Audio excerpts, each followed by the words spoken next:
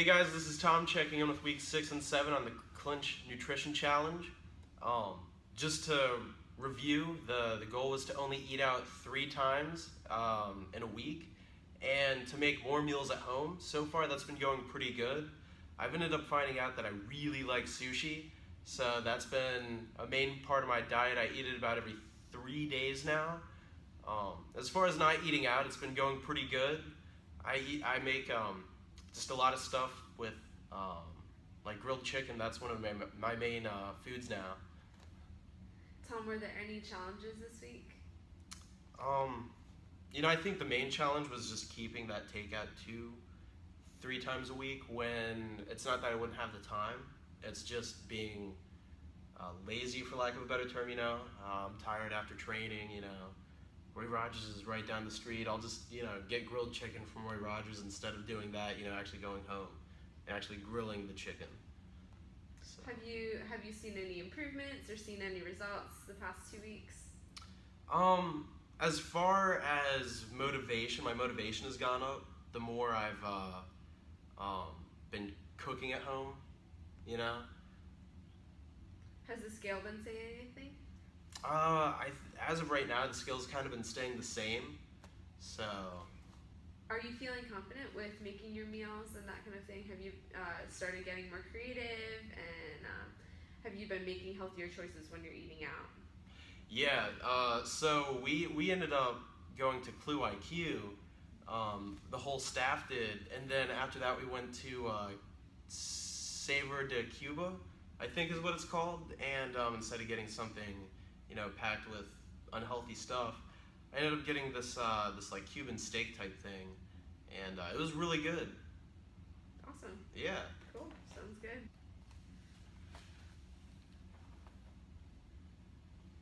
Hello. How's it going? Hi there. Did you miss me?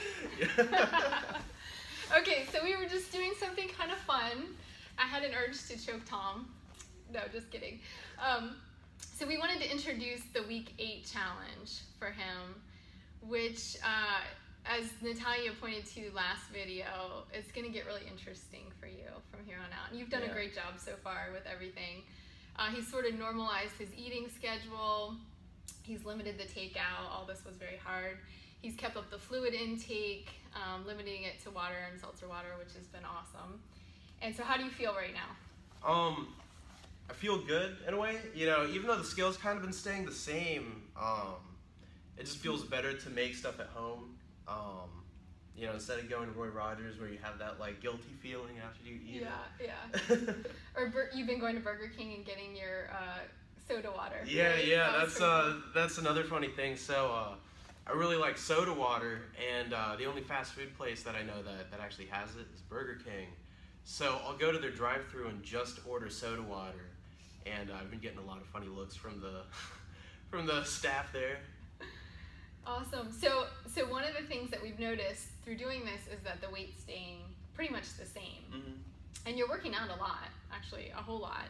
Beyond just training at the Clinch, you've been working out some at the Y, and then some of your work outside of the Clinch is doing physical labor too. Mm-hmm. So you should be burning a lot of calories. So what we're doing for week 8 is we're going to reduce the caloric intake to 2,500 calories. Mm-hmm. So that's going to be your new goal.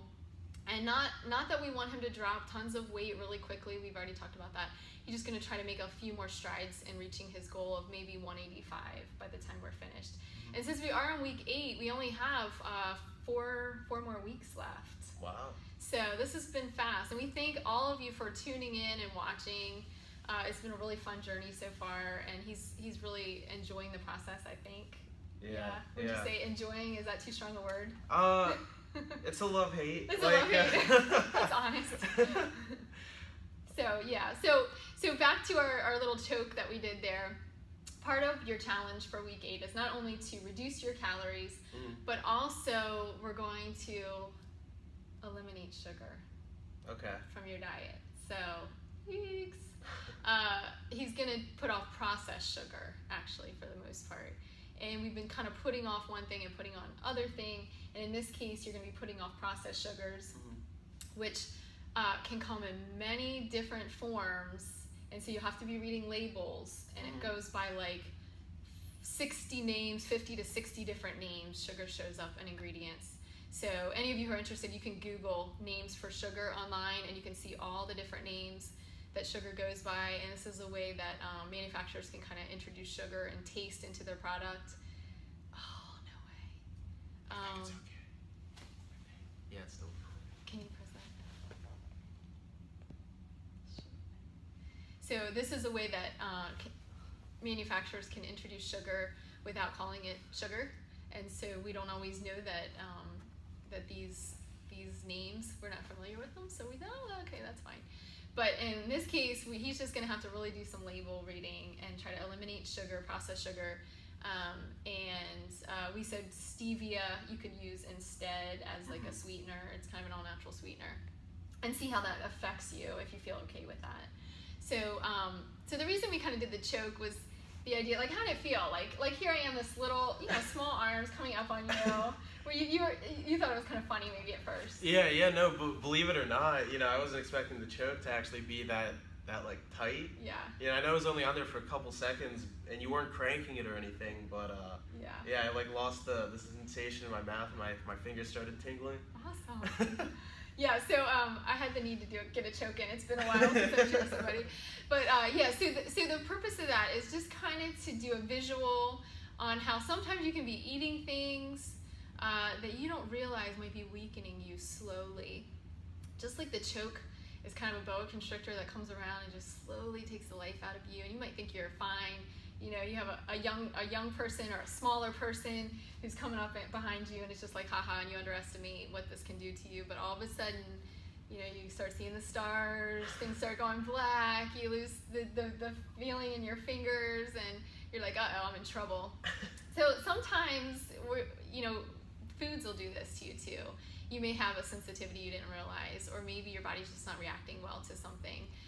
And so we're going to start addressing for Tom the high sensitivity foods, common allergen foods. We're going to start stripping them out of his diet.